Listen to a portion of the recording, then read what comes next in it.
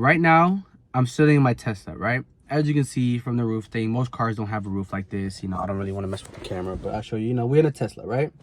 Right now, I'm charging, right? Okay. The biggest mistake when it comes to money is that people think that the only way to get rich is like to just quit your job, sell your dad's car, and then like start a drop shipping company. And in this video, I'm not going to tell you to start a drop shipping company. I'm not going to tell you what you can and can't do. But I'm going to give you the one advice that made me realize that most people are being tricked when it comes to money. Okay. The statistic that you have to keep in mind is that 70% of millionaires are employees. One more time, 70% of millionaires are employees. Meaning most of the time, if somebody makes $1 million, it's not that they just started a dropshipping company and started making $1 million a month. Most of the time, people are millionaires because they have a job that they work at. And the job, they either level up or do whatever it is that it takes. But they work at their job while also pursuing their passion. Meaning, you might be a car dealer. You might be an insurance agent. You might be working at a hospital. Use some of the money that you have. You save, you invest. And then you get to have $1 million within 2 years, 3 years, 5 years, because you actually know what to do with your money, right? $5 a day for 43 years is $1 million. And you might not want to wait 43 years. You might not want to spend $5. Meaning, imagine if you have an extra $500, $200, $300 that you actually invest into things that matter. Meaning, imagine this last year, right? Right now we're at the end of the year. Imagine this past year, right? If every week you would have spent $100 into whatever, a bank account, savings account, anything, you would have $5,200 by the end of the year. And it's one of those things where imagine if you had an extra $5,000 right now.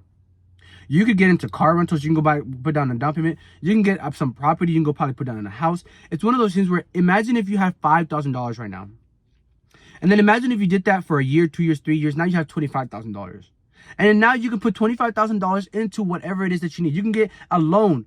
You can get a house loan. You can literally use that money to invest. If tomorrow Bitcoin is going through the roof, you have $2,000 that you could put into it that doubles your money. It's one of those things where if tomorrow there's an opportunity, you actually have money to invest.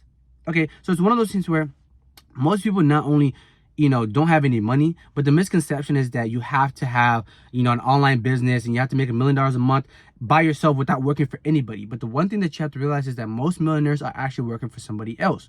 So you have to be able to work for somebody else while also doing what you want to do. Meaning, it takes money to make money, right?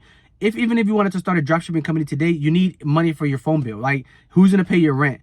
And like, not everybody makes money off of the first product and everything that they sell. It's one of those things where your business might take time to thrive. But before you can thrive, before you grow up and glow up, you have to invest in yourself. Meaning, you have to get a job and you have to set yourself up. You save a little bit of money at a time. And the goal is the younger you get started, the more lenient in time you have. Meaning, if you start just at 14 and you work at McDonald's, by the time you're 20, you've been working at McDonald's for 5 years and you have $20,000 saved up, right?